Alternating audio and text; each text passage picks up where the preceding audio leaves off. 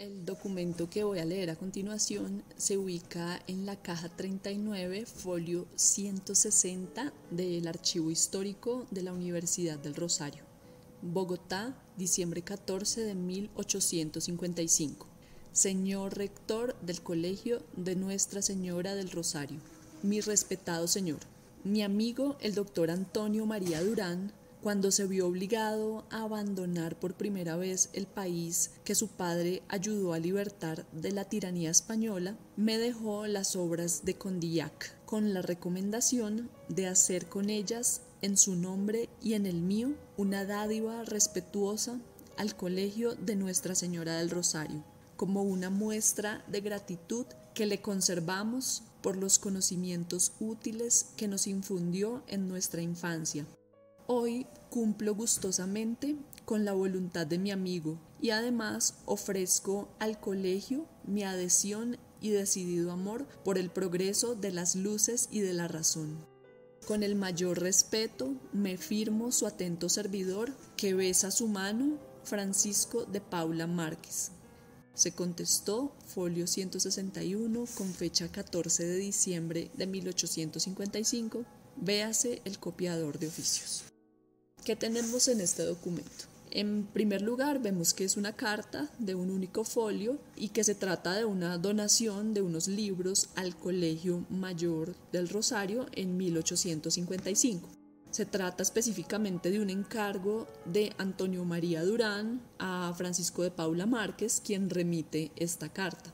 La Biblioteca del Rosario y sobre todo la Biblioteca Antigua se compone de muchas donaciones como esta. Por eso los documentos de este tipo nos dan luces sobre la conformación de las colecciones que conocemos hoy en día en el archivo histórico, que se conservan en el archivo, las colecciones bibliográficas, que fueron en gran parte donadas por estudiantes, rectores o catedráticos de la universidad desde el periodo colonial.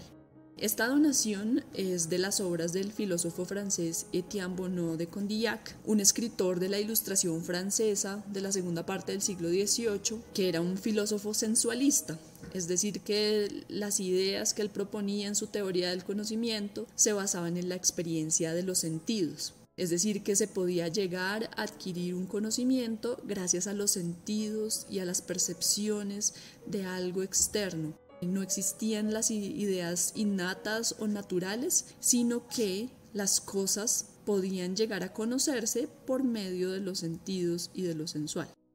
Quienes hicieron la donación de estas obras fueron estudiantes de la Universidad del Rosario. Francisco de Paula Márquez presentó informaciones de limpieza de sangre para el ingreso al Colegio Mayor del Rosario en 1853 y, por lo que dice la carta, fue compañero de estudio de Antonio María Durán.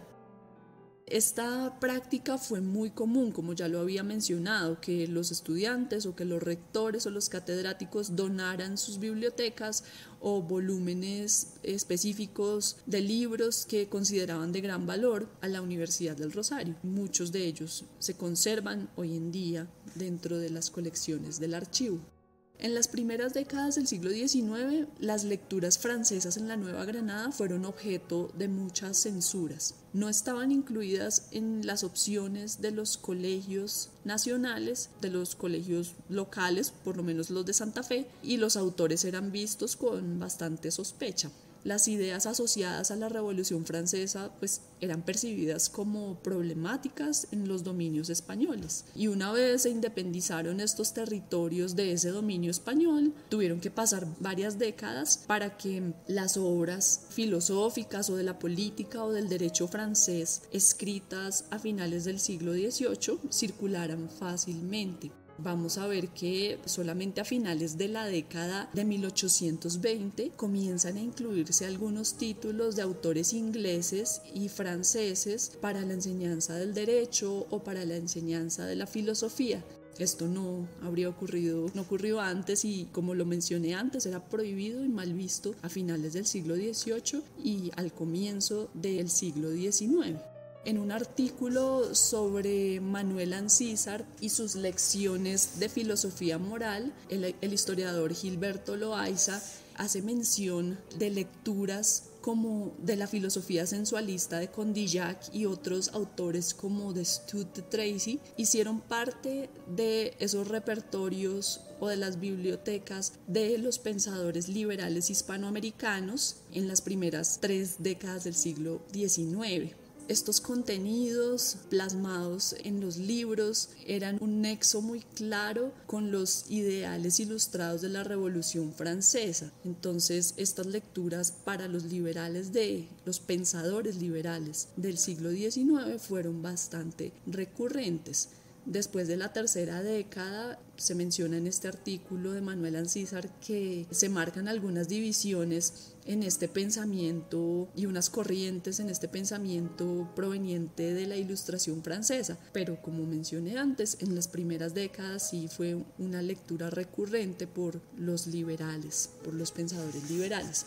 Estas obras de Condillac, donadas al Colegio Mayor del Rosario en 1855, se conservan actualmente en las colecciones bibliográficas del Archivo Histórico de la Universidad del Rosario. Tenemos en las portadas y en las contraportadas anotaciones de esta donación con firmas de Francisco de Paula Márquez. Sin embargo, pues con este documento, con esta carta que estamos leyendo, podemos saber que el dueño original o el dueño anterior de estas obras fue el estudiante Antonio María Durán, que posteriormente pasan a Márquez y que luego fueron donadas al Colegio Mayor del Rosario, donde reposan hasta el día de hoy.